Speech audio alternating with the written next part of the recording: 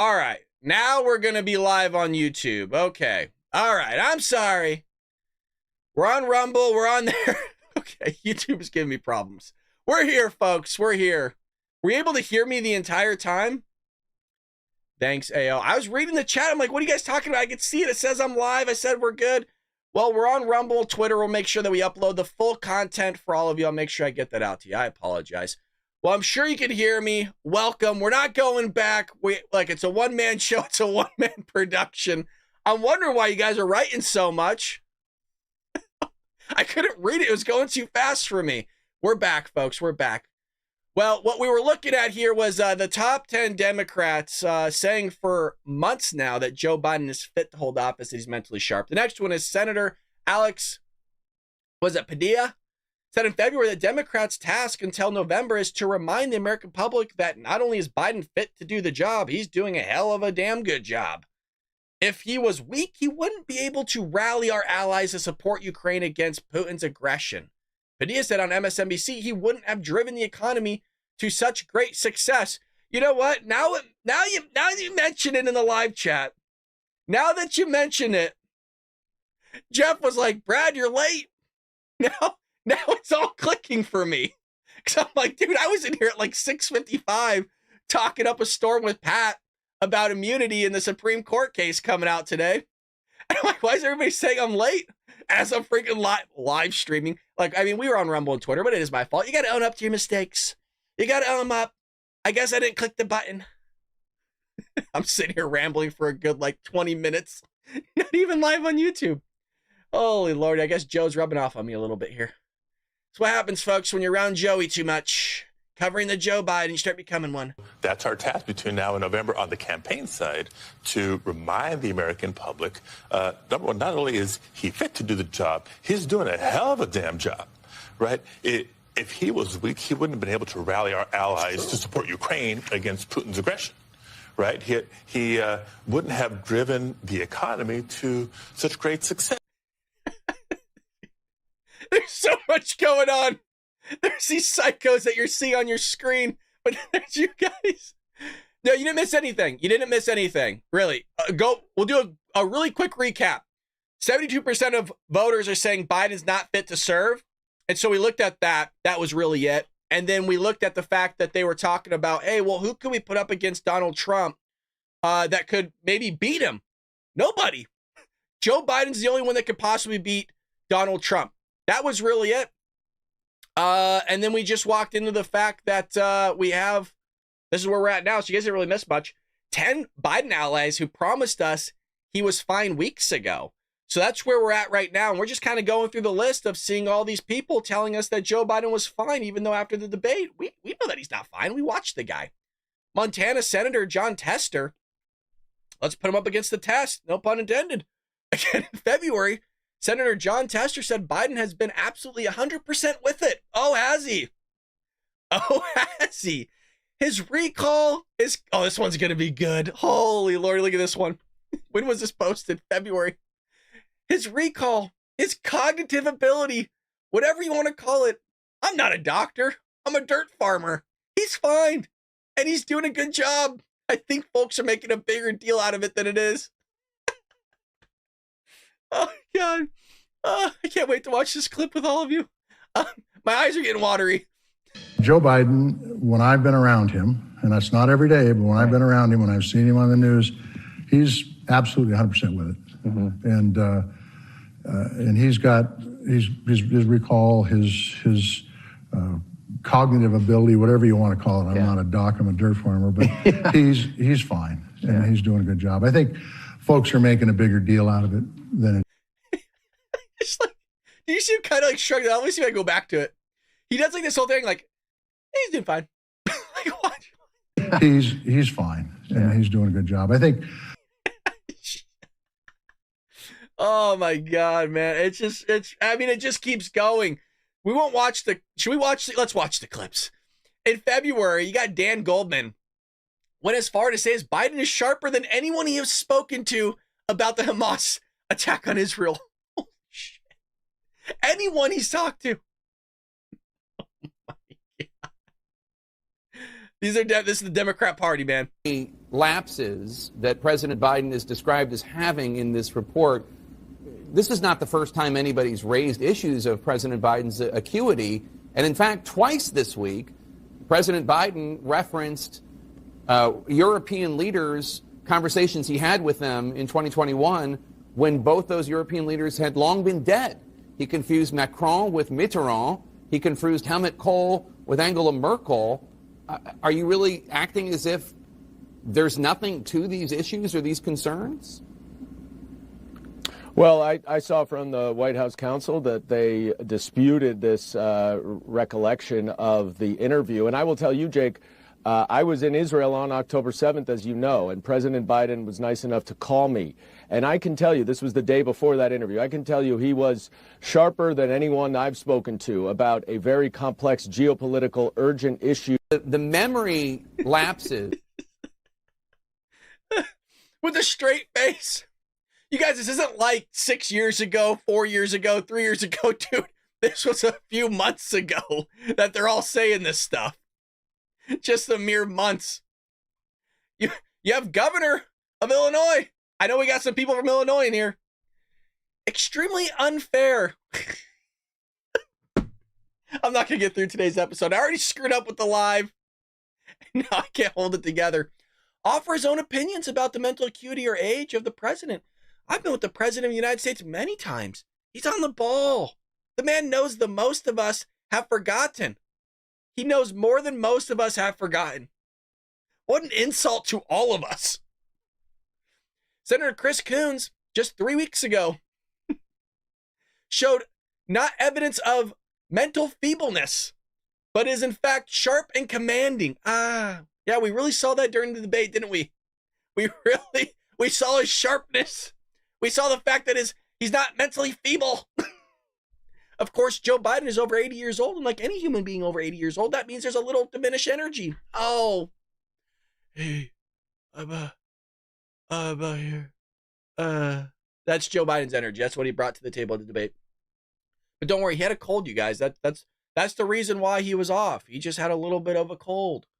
I think what is highlighted in some of the, in my view, attack reels that I've seen on other news outlets is not evidence of mental feebleness, but is evidence of a lifelong stutter. Oh, there you go, you guys. Now we got the answer. We got the answer why Joe Biden's sleeping all day, not knowing where the hell he's at, walking around the White House naked. It's just because he got a stutter. Oh. Well, that solves that one. Might as well move on. Joe's fine. Or the result of having an incredibly demanding schedule and having served in public life for 50 years. Oh, don't worry. We'll get to his schedule. Oh, we'll get to his schedule. And we already have in the past. We'll talk about the hours that Joe Biden's working, you guys. When I say that I find him sharp and commanding, I have no concerns about his mental acuity. I'm being honest. Oh, are you, Mr. Coons? Okay. Yeah. A year ago this month, Senator Raphael Warnock dismissed concerns about Biden's age, saying he's doing just fine. Were all these people drunk? Were they high when they said all these things? No, because they're just liars. Maybe they were high and drunk too. Warnock said at an Axios event, he thinks Biden will go down as certainly one of the most effective. Jesus Christ. I can't even get it out. I can't even get it out. At least you know the real-time reactions. Let me just take a break here for a second. Most effective, huh? Okay. Will go down as certainly one of the most effective presidents we've seen, certainly in my lifetime. Who paid you to say that, Ralph? Who said that? Who paid you, Warnock? Who did that to you? Keep it together. I'm trying here. Well, after Biden's disastrous debate, the Biden campaign, check this out, sent out an email to supporters detailing how they could respond to their friends who are critical of Biden's debate performance. You know, Joe Biden gets those cards like walk into the room, take a seat, make sure you breathe, blink your eyes, all those things. Well, now they have to do it for his supporters as well. So if you're like me, You're getting lots of text or calls from some folks here about the state of the race after Thursday. Maybe it was panic. Maybe your panicked aunt, your MAGA uncle, or some self-important podcaster. Self-important. It's a tough position to be in. So I thought I might be helpful to send you a few responses. The email comes after last week's presidential debate, which was just disastrous. So let's see if we can zoom in. There we go. This is a game-changing debate in the sense that right now, as we speak, there is a deep, a wide, and a very aggressive panic in the Democratic Party. It started minutes into the debate and continues right now. CNN's John King said shortly after the debate was over. It involves party strategists, it involves elected officials, it involves fundraisers, and they're having conversations about the president's performance, which they think was dismal, which they think will hurt other people down the party in the ticket. And they're having conversations about what they should do about it. In the aftermath of Biden's performance, calls for the president to step aside and allow for a different nominee have continued to intensify, including from within his own party. Now, things are really intensifying. As you guys know, now they're calling for his ouster, and not just his, but now they want Joe Biden to fall apart, or Joe Biden. They want Donald Trump to fall apart and get ousted. You know, now they have this, right? Now they want Joe Biden out, and they're losing their shit, right? This is where they go in panic mode. They start saying really insane things. You guys, there's a high possibility here that, remember, Donald Trump still has trials. He still has court issues, legal issues.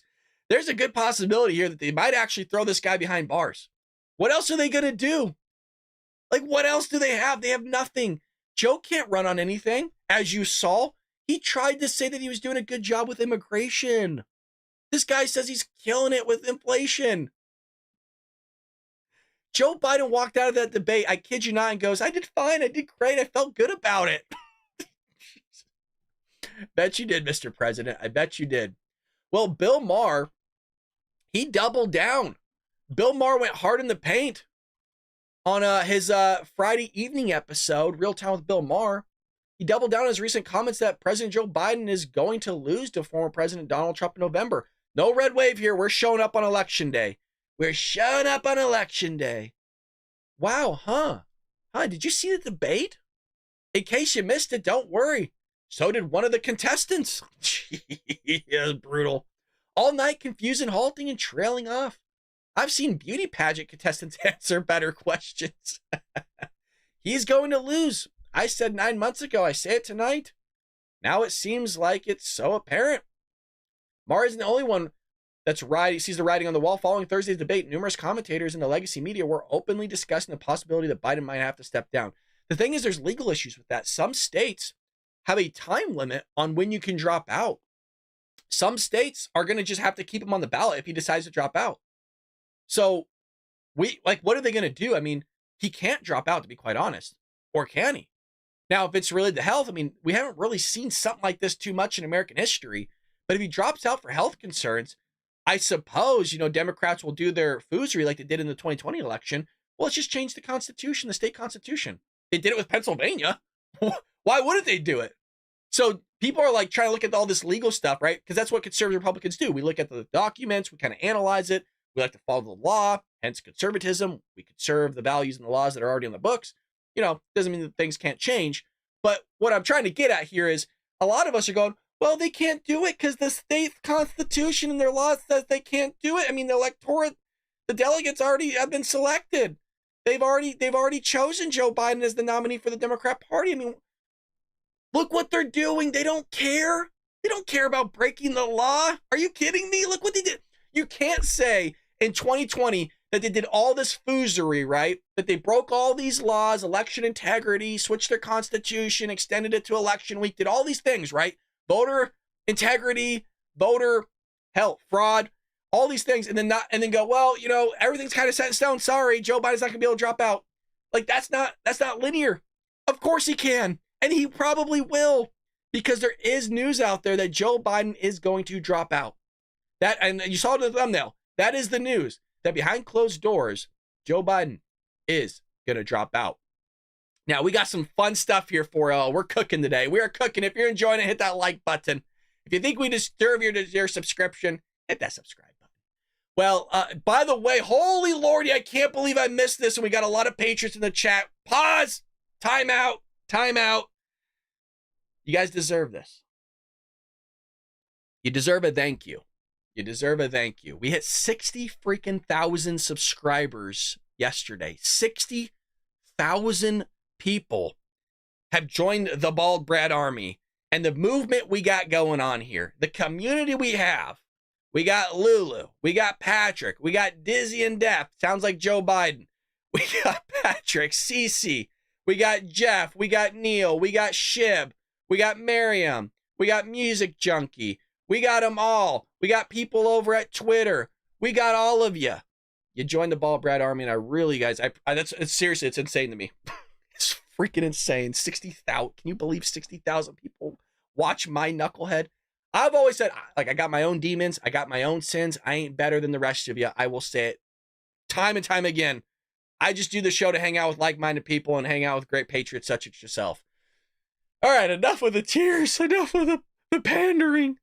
Let's move on here to The View. So, you guys, The View hosts are mourning Joe Biden. Like, bro, they're full on, they're like crying. Joy Behar is the one that's been advocating for Joe Biden's mentally fit. That he exercises. We talk about it all the time. So here she is. Here she is on The View. Dude, that's such an great take. And then, like, in the span of like 3 words, just insane take. Yeah, the guy's not there. We got to stop talking about his age. He's not even close to being Joy Behar. Joy Behar's an idiot. I mean, Joy Behar is far gone at 81. Just has probably never been there in the first place. But to sit there just on a dime, well, I'm going to still vote for Joey. Like, you could have, the more logical thing probably to say would be, you know what? Joe's gone. He's not there. The dude's drooling into a drip tray with his helmet on backwards. You know, I'm not going to vote for the guy. I don't support Donald Trump. I don't like the guy. I don't like what he stands for. So I'm just not going to vote at the top of the ticket. That would be probably the most reasonable and logical thing to do, other than to say, yeah, this guy's not fit to hold office. He sucks. Everything's being ruined, but I'm going to still vote for him. I wouldn't even say that about Donald Trump. Like, say Donald Trump did suck and Donald Trump didn't know where the hell he was. I would say, man, I can't vote for this guy. Sorry. I mean, he's going to have nuclear codes. He's going to be sitting there running the country. Has effect on my family. Has effect on the Patriots here. Like, sorry, I can't vote for the guy. Obviously, that's not the case. Donald Trump's going out golfing. Donald Trump's doing rallies. Isn't that a remarkable thing? Dude, on rally day, Donald Trump wakes up. He's doing podcasts. He's going on rallies, talking for like an hour and a half. The dude was doing events after the rallies, before the debate as well. Then he goes and does a debate and crushes it. Joe Biden leaves for over a week, 16 advisors, helping this guy debate prep for over a week, gets off the plane, walks onto the stage, and that was the performance. You have this rhino here saying that she's genuinely shocked. Really, genuinely. An eclipse, you know, an eclipse. You like how they did like the hand motions? It's an eclipse, Joy. Eclipse, you know that thing? Do you hear the words coming out of my mouth? Turn up her hearing aid. Joe Biden's performance.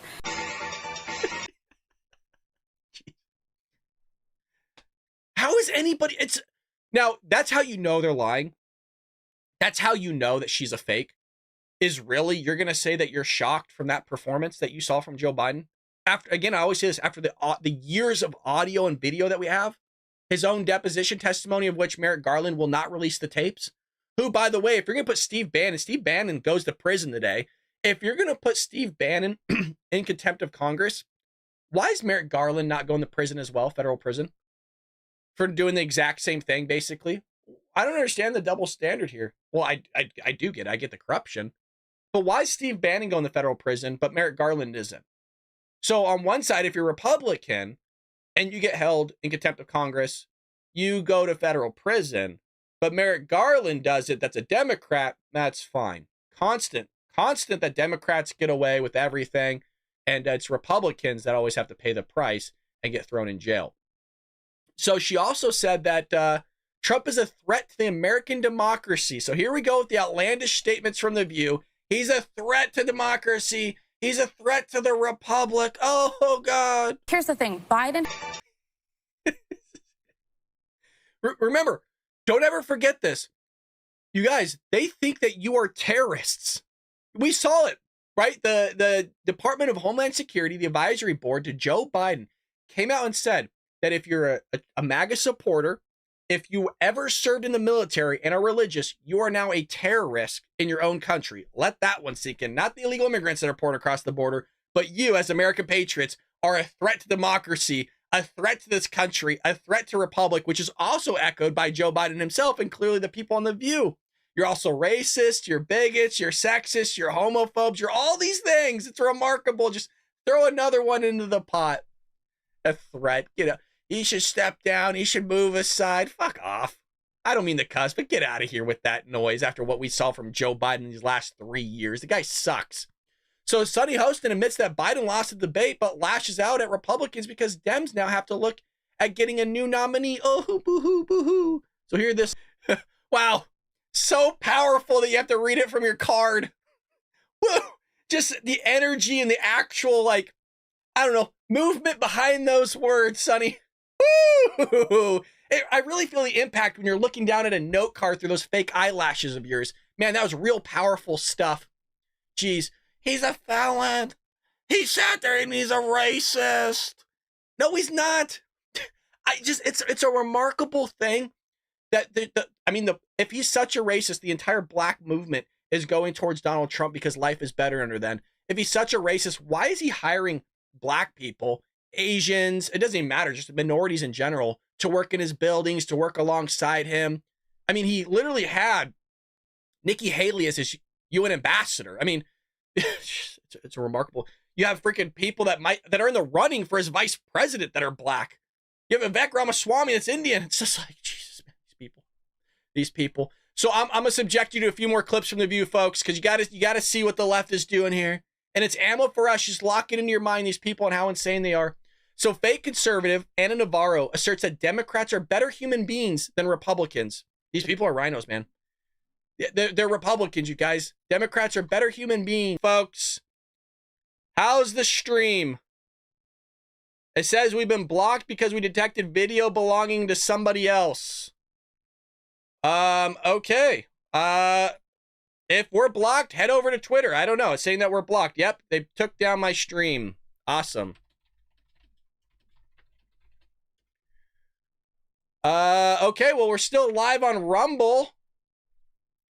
Let's put that in the chat. That's lovely. Stream taken down.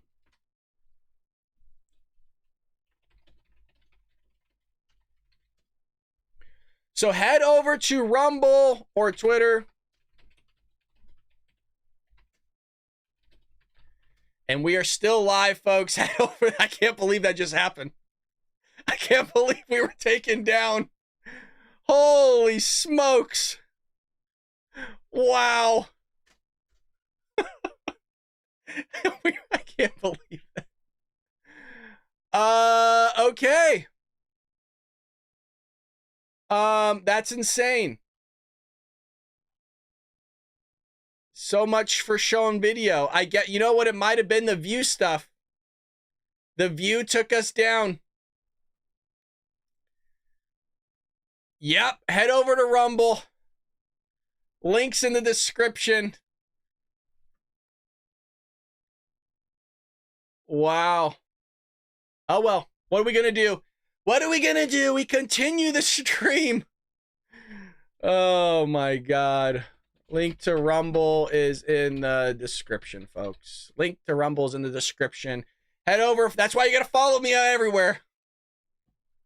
I'm telling you, The View is the ones that took me down. It has to be. That's the only people. That's the only ones. They didn't like what we were doing. We're using their fair use content. Wow. Well, that's the first stream that we know of to ever get taken down in real time. So we're going to continue here on Rumble. And we'll end the stream on... Oh, are we back up? Oh, we're back up. Okay. No, they put us back up. We're back. We are back. Holy crap, what the hell? This is insane. Yeah, for those in Rumble, we were over at YouTube. We are back up at YouTube. Guys, I'm watching their warnings in real time. So you can't see this side of my screen because it's on my other monitor. It says it will tell me warnings of what's going up. But they took me down. It actually, I mean, you saw the stream was unstreamable. So for those that are just joining us back, they took us down for covering the truth. We're just covering content from The View. Well, Joe Biden's fit. You know, Trump shouldn't be in the office. This is why we have 60,000 views, baby. This is why we got people at Rumble. This is why people are watching over at Twitter. This is why we got people on YouTube, because they're seeking after the truth, and you see what they're doing to the channel. You see what they're doing. We don't make it up here. Oh, well, I guess we can't show any more review content. I got a bunch of other clips, but hey, we'll move on. We got a show prepared. Shut him down. Yeah. Tyler, isn't that crazy? Jeff's with me. Neil's in here. Pat. Head over to Rumble, then. Man, fuck YouTube then, I guess. Shit. Everyone should be over here now. Yeah, I see you guys over at Rumble. I'm watching both chats. There's a lot for me going on here. Holy lordy. Crazy stuff. All right. Well, enough of that. Let's continue with the news. A private call of top Democrats fuels more insider anger about Biden's debate performance. So a sense of concern is growing inside the top ranks, which we knew about in the Democrat Party. And the DNC are not taking seriously enough the impact of the president's troubling debate performance. So DNC chairman and Biden campaign manager Chavez Rodriguez held a Saturday afternoon call on dozens of committee members across the country. Jesus, a group of some of the most influential members of the party. They largely ignored Biden's weak showing Thursday night. Joe Biden, I still can't wrap my head around this. Joe Biden does the debate, right? Gets wiped clean by Donald Trump. Dude was fumbling through his words. All those things we saw, right? The first thing some people did was they sat there in real time or after the debate, took out their wallet, pulled out their card and said, I'm donating to Joe Biden. That was it for me. Woo! Like, that's the crazy thing, right? That's the wild thing. Yeah, we're back on the YouTube. They let us back. I literally watched them flip it over. I know we're still on this thing. I literally watched YouTube say, warning, we're going to take you down. And that's why I asked, hey, how's this stream? You guys seeing everything okay? And then I watched them take me down in real time. And I was moving over just to end the stream. And then they go, nope, we're back again. It's fine. You're good to go. Like, so is somebody watching this, like hearing me? Is that what's going on? Are we actually being watched by the people over at, I don't know. I'm just speculating. We're going like, dude, we have fair use. Like, we're giving commentary. We're talking about it. I don't know. But anyways, they're calling people all around the country to sit there and, see if they can get donors and everything. Multiple committee members on the call, most granted anonymity to talk about the private discussion, described feeling like they were being gaslighted. That they were being asked to ignore the dire nature of the party's predicament. The call, they said, may have worsened a widespread sense of panic among elected officials, donors, and other stakeholders. Instead, the people said Harrison offered what they described as a rosary assessment of Biden's path forward. Can you imagine that? Can you imagine?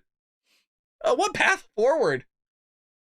The chat function was disabled, and there were no questions during this whole rosary assessment. When people don't allow you to ask questions, you know there's things wrong. Like, you know things have gone real south. Truly remarkable stuff. It's just really weird, right? That Joe Biden kept saying, well, I'm going to fix illegal immigration if I'm reelected president. I'm going to sit there and allow you to abort babies if I'm reelected president. I'm going to bring down gas prices if I'm reelected president. Dude, hello, you're president now. Like, why do you need to wait for reelection? You're president right now. It's like, if you reelect me, I promise I'm going to do a better job. I don't think so. I don't think so. And so what they did was they sent out Nancy Pelosi. This lady just won't go away. They sent out Nancy Pelosi to mumble and bumble her way through a CNN interview about, the president's debate and how great of a president he is. Watch what they did to Nancy right here. It's remarkable stuff that her dancers didn't fall out of her face. This is an opportunity for Joe Biden to go out there and show he has the stamina and the rest. And by the way, while the press, and for some reason they don't, there are healthcare professionals who think that Trump has dementia, that his connection, his thoughts do not go together. And yes. While he may be saying we're enablers, we see Joe Biden up close. We know how attuned he is to the issues, how informed he is. And I debate with him about legislation, and not debate, but discuss it with him. He's right there. So in any case, it was a bad night. Let's not sugarcoat that. It was a bad night. It was a great presidency. This is not. Wow. Okay. Okay, Nancy. Oh my God, that lady, dude. I'm sorry. Look, she's a product of California, like Adam Schiff, Kamala Harris, and Gavin Newsom. You guys, as somebody that lives here, for the love of God, let's pray that Gavin Newsom is never president of the United States. Look what he did to our state. If he does it to here, he's going to do it to the country. So Biden had an unofficial intervention over the weekend at Camp David. I'm not kidding. No, he really did. His family got together with him and had a conversation about maybe dropping out. And as the title suggests, Joe Biden is allegedly, according to Bill O'Reilly, and take that for however you want, grain of salt. Rumor is behind closed doors that he is going to drop out, according to Bill O'Reilly, and that he's done and he's finished. So Biden family privately criticizes top advisors and pushes for their ouster at Camp David meeting. So not only did they use this time at Camp David to meet with Joe Biden as an unofficial intervention, now they're blaming the staffers and advisor for Joe Biden's performance. Yes, the guy that's been in government for 50 years, they're going to blame the advisors and staffers. Gotcha. Okay. Remember, this guy's supposed to have better memory and know more than anybody else, according to top Democrats that we just saw videotape of in quotes. Members of Joe Biden's family privately trashed his top campaign advisors at Camp David this weekend, blaming them for the president's flop on Thursday's debate and urging Biden to fire or demote people in his political high command. There's no immediate expectation that Biden will follow through on the advice, according to 3 people briefed on the family conversations, but not directly involved. The 3 people are granted basically, access to discuss the matter. Among the family complaints about the debate practice, Biden was not prepared to pivot more to go on the attack. Isn't that wild? That he was bogged down too much on defending his record rather than outlining a vision for a second term. He can't outline a vision. His brain doesn't work. How about that? What are you going to outline? The dude was looking out into space. He was going like this. Like this was him during the entire debate.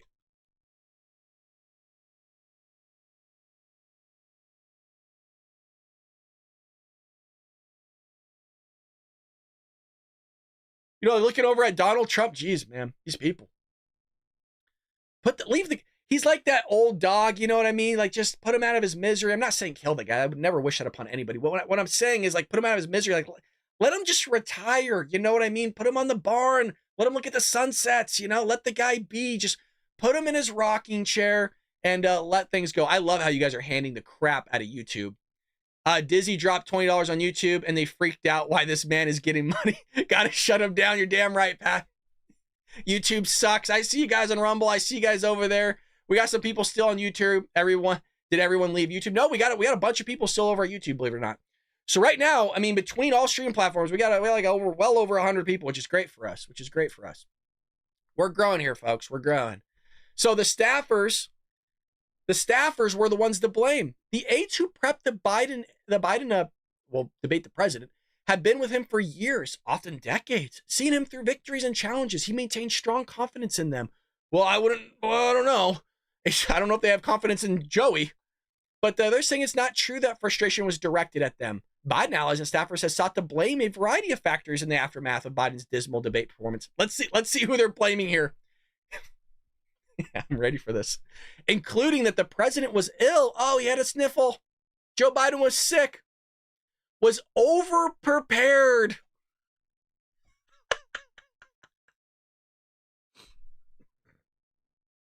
He was over-prepared is what it was, you guys. Yep, it really came across that way, didn't it?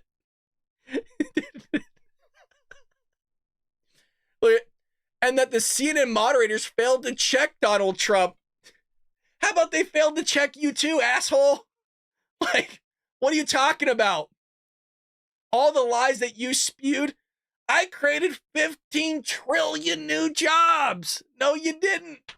You didn't even create 15 million jobs. I got immigration under control. No, you didn't. Give me a break. The focus on the staff, however, also allowed the family to overlook Biden's own failings in Atlanta. One of the people familiar noted that the people said that Biden family wanted the president to continue in the campaign rather than end his career against Donald Trump. You know, my question for the chat, I guess in all platforms, and I'll kind of look through them. Should there be another debate? We asked this last week, too, on Friday's episode. Should there be another debate with Joe Biden and Donald Trump? I see CC, I see a Jeff, Kelly, I see the people over YouTube. We're going back and forth in the chat for myself. I'm looking at everybody here. I'm curious because the reason why I'm curious, and I gave kind of my assessment on why I don't think there should be another debate and why it would not hurt, in my belief, Donald Trump. It can only hurt Donald Trump. Is one, the messaging could be like, hey, like, we all saw what happened with Joe Biden. I don't think we should do that to that man again. Joe Biden struggles. It was tough to watch. Let's not put Joe Biden through another debate. This is Donald Trump's team saying this. And we'll just continue forward with our rallies and our messaging that we have here. And then Joe Biden shouldn't want to do another debate either, because you can't rely on that man, dude. No way in hell. No matter how many drugs you pump into this guy's system, he don't have it anymore. It's just not in the cards for Joey. It would hurt Trump because Trump is up here right now, right? There's so much expectation for Trump that the only thing really for him to do is say something stupid. And then now you have the mainstream media that's like sharks right now, like chumming the waters, looking for anything this guy does to sit there and go after him, which they've already been doing for the last like 10 years. Whereas Joe Biden just needs to show up. Like, if you look at, the bar was set so low already, and Joe Biden went lower than that, which is why everyone's asking for the drop out. He just needs to show up and just not fumble through his words. I mean, that's really where the bar is at. So Trump up here, Biden down here, it really is not in Trump's best interest, in my belief, to do another debate, but we'll see. So this was the New York Post's page 6. This is page 6. Look at this, you guys. Office clocker. For those longtime listeners, we've been talking about this for years. President only alert 10 a.m. to 4 p.m. 72% say he's unfit for job. Hunter tells him to stay.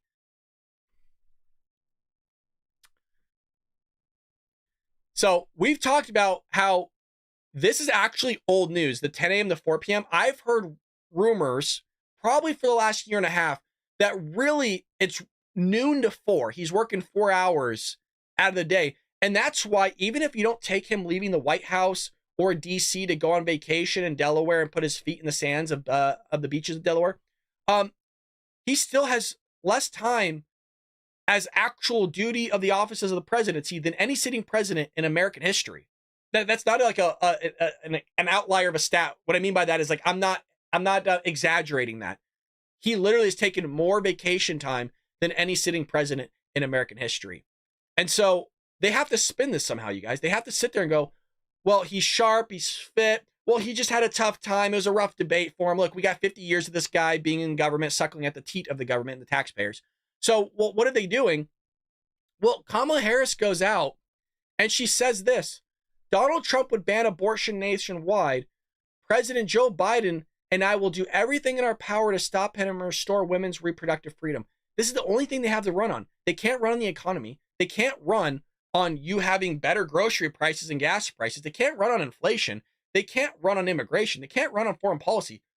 The abortion thing is the only thing that they actually can run on. And so Donald Trump Jr. calls him out and says, won't stop the mainstream media from doing it or the rest of big tech, but it's a start. Elon Musk said, when will politicians, or at least the intern who runs their account, learn that lying on the platform doesn't work anymore? And if you see that reader's added context, it's just a list. It's a list of Donald Trump repeatedly saying that he will not sign a national abortion ban. I love X now. That's why we're over there. You guys saw what YouTube did to us.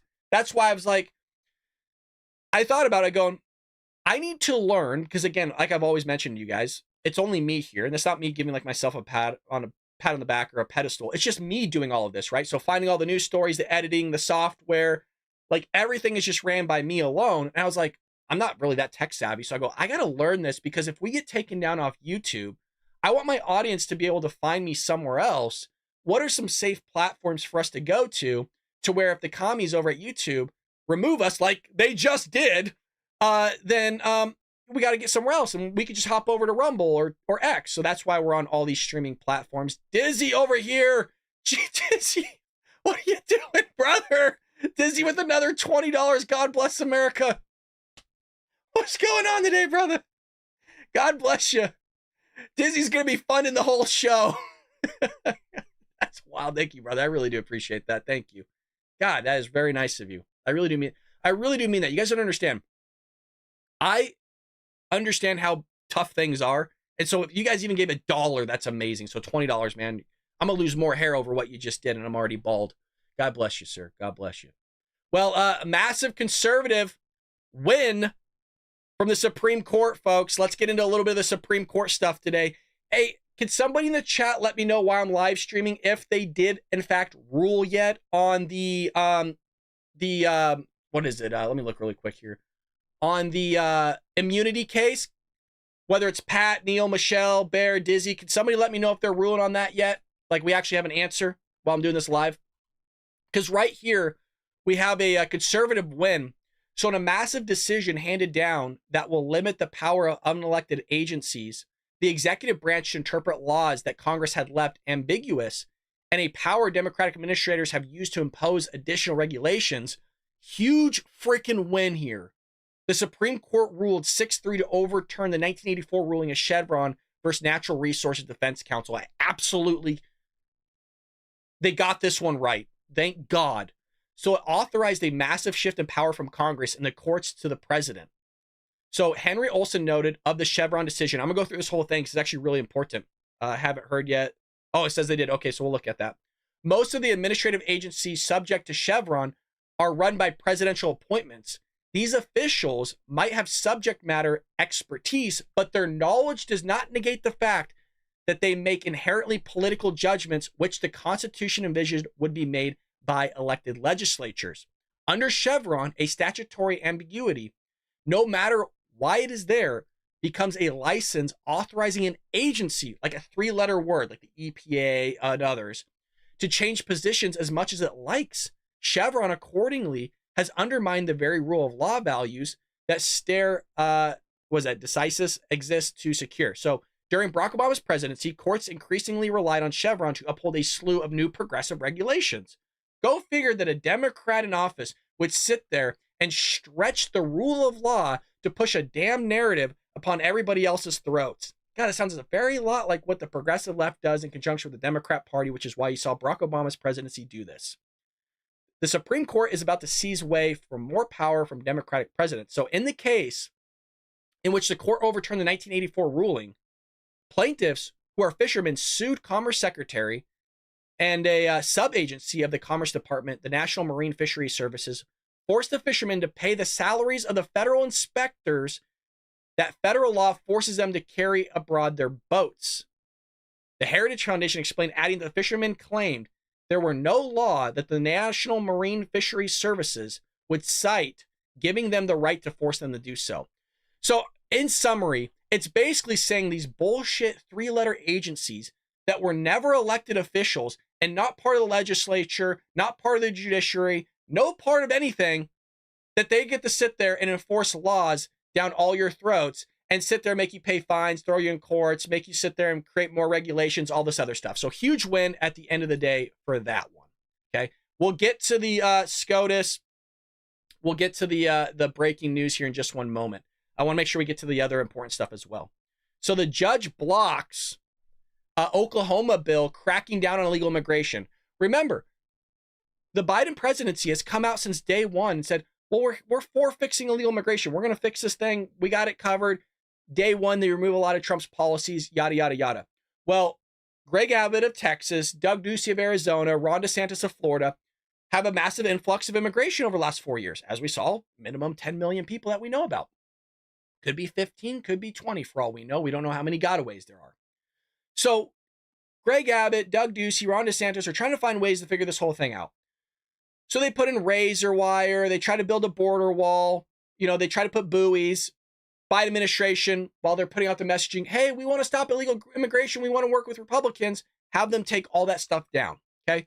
The messaging has been, we're going to fix this. All the while they do shit like this, where they sit there and basically stop Republican states from solving the immigration issue. So a federal judge on Friday, this is just another example of it, temporarily blocked an Oklahoma law making illegal immigration a state crime after the state was sued by the Biden administration. These people are going to tell us that they are for fixing illegal immigration, and they're going to sit there and lie to all of us. So in his decision, the U.S. Judge Bernard M. Jones said that Oklahoma's law giving state enforcement more power to counteract illegal immigration appears to conflict with federal laws, issuing a temporary injunction against the law. Jesus. They did the same thing with Texas. Governor Greg Abbott tried to do the exact same thing, and the Biden administration sued them. Remember when the Biden administration Democrat Party said that border enforcement officials were whipping illegal immigrants? And it turned out not to be true. So many things just turn out not to be true that they say. It's really a remarkable thing. Okay, I'm back here. Rumble is acting up for some reason. You know what I think it might be with Rumble? Rumble makes you pay for a service, and I'll have to pay for that. It's something that I again, I'm not asking for money. I'm just explaining to you what goes on behind the scenes. There's a service that I think you have to pay for that allows more bandwidth or something for Rumble. And so I think I'll have to, it's like I don't know what type of, I was looking at it yesterday, a type of package you have to pay for it. So maybe we'll do that since YouTube has given us a bunch of crap. So we'll head over to Rumble. I'll look at that. I'll look at that today after today's episode. So anyways, that's not happening now for Oklahoma. They can't sit there and protect their own borders whatsoever. The immunity case here. So let's get into this. So there is a ruling. Court rules presidents have immunity. Whoa. Okay.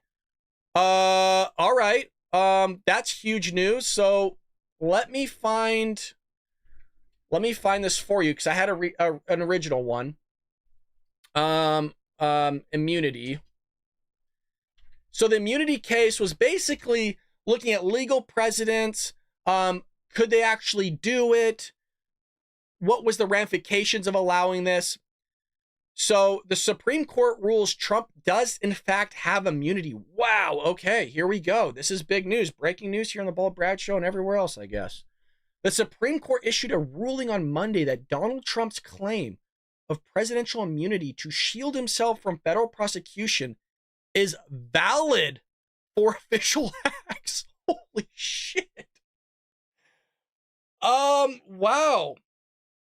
But not for unofficial conduct in a partial victory for the former president. Okay. So let's break this down, you guys, together. You're getting real-time reaction here. Justices voted 6-3 along ideological lines in the decision and sent the case in which Trump pleaded not guilty to charges accusing him of unlawfully plotting to overturn the results of the 2020 election back to the lower D.C. court for further review. Anthony, holy lordy, we're popping off here on YouTube. Anthony with the $20. God bless you, sir. True American patriot. Anthony 247H. Thank you, man. What is going on today? You guys are popping off. Heck yeah. Let's celebrate the third super on a live stream. Hey, even we are doing okay here. Heck yeah. We got our own badge going. All right. Awesome. Yeah, I just raised the roof. That's right. Don't judge me. Thank you so much, Anthony. I really do appreciate it, brother. God bless you. The president is not above the law, the ruling said. But under our system of separated powers, the president may not be prosecuted for exercising his core constitutional powers. Okay, that makes sense. And he is entitled to at least presumptive immunity for prosecution from his official acts. That makes sense. Like, for example, like, you know, Barack Obama, I think Barack Obama, like, basically blew up a minivan full of a family of Americans in, like, a Middle Eastern country, I think it was. Like, he should have immunity from something like that. Do you know what I mean? So I think this is kind of more or less where it's coming from of, look, you give a commander-in-chief certain powers to execute the laws in the books. There's going to be things that go wrong through that executive power. And based on those things that go wrong, you can't sit there and prosecute a president based on the things that have gone, you know, I'm kind of, I sound like Kamala Harris, but gone wrong. Because the ruling was released so late on the final day of the term, the Associated Press noted that the justices reduced or eliminated the chances of a trial being held before November election. That's kind of big right there.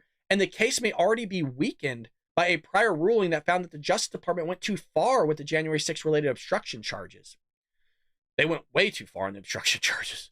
A big win for the Constitution and democracy. Proud to be an American, Trump explained. So, does this fall in suit, though, with the current court case for the 2020 election? Because what this says is official acts, but not for unofficial conduct. So I haven't parsed this out. So Trump's lawyers filed to dismiss the case in October of last year by asserting the former president's actions were within the heartland of his official duties. But why? So former federal prosecutors led by special counsel Jack Smith, who's a nut job, argued that the defense immunity argument threatened to give presidents a license to commit crimes while in office. So, you guys, I don't know if I'm going to be able to give you an answer here in real time because I need to sparse this out with the idea of, is that an official act of the presidency? I don't know. And I don't want to sit there and lie to you guys. So some people are saying, yes, it does. Okay, well, the U.S. District Judge, an appointment from President Barack Obama, immunity claims saying the defendant's 4-year service as commander-in-chief did not bestow on him divine right of kings to evade the criminal accountability that governs his fellow citizens. The case now returns to her for determining what constitutes official acts. See, that's my question right there. Official acts. So that's some reading that I'm going to have to do today and figure that out. But Supreme Court rules. So I got to read their dissents and their opinions and all that stuff and give you guys more of an accurate take on that. But I did have stuff prepared for a little bit more of an accurate take for you with the case itself. So let me give you a little bit more than what I have given you, since that was a real-time big win for Trump and the Constitution. So this whole idea going in, though, the reason why it's also a big deal is obviously the legal precedent. So the ruling will establish the president on whether the former president can be actually be prosecuted for actions taken while in office. But it goes beyond that with what Trump has. So these actions were just limited to what basically adheres to his official duties. Is what he did official duties? You guys are saying it does. So I'll take your word for it because you're patriots and probably were reading correct, basically common sense. Election integrity. So this centers around the allegations of election interference, a critical issue for integrity of the democratic process. The outcome will signal how the judicial system addresses attempts to undermine election results. Yeah, I'm going to have to do definitely a lot more into this in terms of, because I don't think he was undermining election results. Remember, Donald Trump's whole initial look into this was, is it legit? Let's run an audit, count the ballots. But the problem was during the 2020 election was Democrats didn't actually do an audit. And this is something Jeff would know about as well, with doing what's traditionally known as assurance and advisory accounting, where, yeah, you perform an audit, but there's also a thing called forensic accounting, where you look a little bit more deeper. I'd say it's probably more detailed than an actual audit is. What they did was just perform a recount, but they classified it as an audit. It wasn't an audit. If you perform a recount as an audit, all you're doing is just recounting all the errors that are already within there. Thus, you wouldn't change anything. So you might have a little bit of a discrepancy in terms of the original count and the recount, but you're not actually performing an audit to see how much materiality, or in other words, level of error, is within the ballots themselves. A forensic audit would go a step further, matching up signatures to what somebody's actual signature looks like, matching the registration up to somebody's household to see if they actually live there. It would go a step further, and some might even say an audit would maybe catch some of that as well. So Trump had a really big case for looking into election integrity, election laws, and voter fraud 100%, but Democrats saying it's the most fairest election that's ever existed. No, it wasn't. It really wasn't. On both sides, by the way. They did a poll, this one must have been like 5 months ago that we covered, saying that people actively said they committed voter fraud. Like they voted on somebody else's behalf, they did ballot harvesting, and that they signed off on somebody else's ballot and voted for them, of which the person never voted for themselves. We know dead people voted, and we know for a fact, because you could go do this yourself, you could pull up the voter registration rolls for your state and go to those properties and see if the people live there. And second, you can actually see if the property exists. And as we mentioned, people were voting from properties that physically were never there. It was a remarkable thing. That one was from Nevada. That was specifically Nevada. If anybody sits there and wants to kind of question, where are you getting this from? It was Nevada registration rolls, which is why the RNC right now is suing. It's either the RNC or GOP is suing Nevada, Michigan, and Pennsylvania for not cleaning up their voter rolls. Understand that, because they're not willing to do it going into the 2024 election. And what does that mean? They're going to do the same foozery that they did in 2020. And why would they not? Nothing's happened to them. Nobody wanted to look under the hood other than Ted Cruz. And as I've always mentioned, in Ted Cruz's book, he talks about how he was on the Senate floor with the votes to be able to look into the 2020 election on January 6th. And what happened on January 6th? People went inside the Capitol. And when that happened, they shut down Ted Cruz's speech.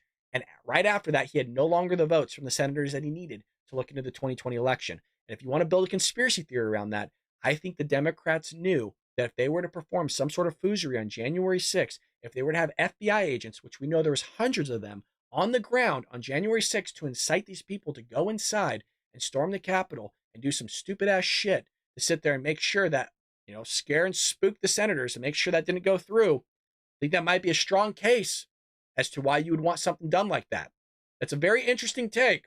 I'm not saying it's real. I'm not saying it's legit, but that is what's going on. So I want to know what you guys think about all this. Sorry, one sec. We got another warning here. Got another warning. Oh, okay, we're good. Well, that is the news, and freaking heck of a Monday, man. I started off late. Well, sorry, I didn't start late. YouTube giving me issues. We get our video removed. I don't know how that's going to work now. And, Rumble's messing up too. So it's another Monday for us. 60,000 subscribers. Thank you so much, you guys. We go live every morning, 7 a.m. Pacific Standard Time. Can I get a question in the chat before we leave here? Before all you guys depart, you patriots? Because this is kind of like in the next 5 weeks. If you guys like the live streams, would you still watch it if we did 6 a.m. Pacific Standard Time in 5 weeks when I go back to work? Does that make sense? Would you guys still show up an hour early to watch the live stream if we did it at 6 a.m. instead of 7 a.m. because I got to do it earlier so I can obviously go to work after? Would you guys watch it? That's going to be the question.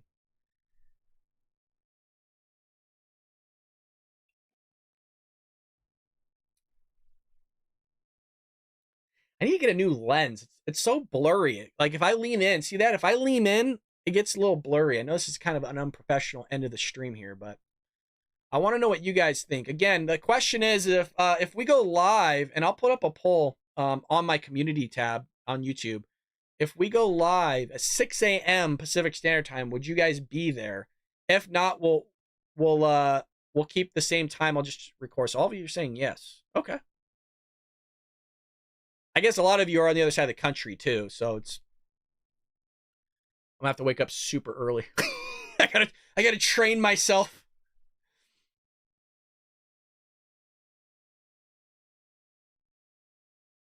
Security Exchange Commission. Yeah, Jeff, you're right. Yep. Well, the Security Exchange Commission, the Sarbanes-Oxley stuff, I think it was the Sarbanes-Oxley stuff, right? They used for the January 6 cases was insane. I mean, that's far off the reservation. The fact that they used the Sarbanes-Oxley stuff on the January 6 guys. I'm okay. Everyone says they're there. I get up at 4 a.m. Geez, Snarf, you get up at 4 a.m. Holy Lord. Well, I'm gonna have to get up at 4 a.m. with you to get the show going. So we always have to get up an hour and a half, almost 2 hours early to prep and everything like that. Even though, anyways, all right, enough of that. Thank you so much for supporting the show. Hit that like and subscribe button. Thank you so much for the donations today, you guys. That was Really, really kind of you. Sorry for the flub. I'll make sure that I got my ish under control for tomorrow. That is my bad. And I really do apologize. That's not good that happened. So I'm really hard on myself, so I'm gonna make sure that I don't beat myself up too much. But I love you guys. Thank you so much. We'll be back here tomorrow. I might do a couple more episodes today. Doesn't mean I'm going live, but I want to kind of sort out this Supreme Court thing and give you more of a take of why it was a good decision rather than going, well, Trump won. So I got to flesh this out for myself and read up on some law. So with that being said, Patriots, hit that like and subscribe button. Don't forget to leave us a comment down below, and I will see you tomorrow here on The Will Brad Show.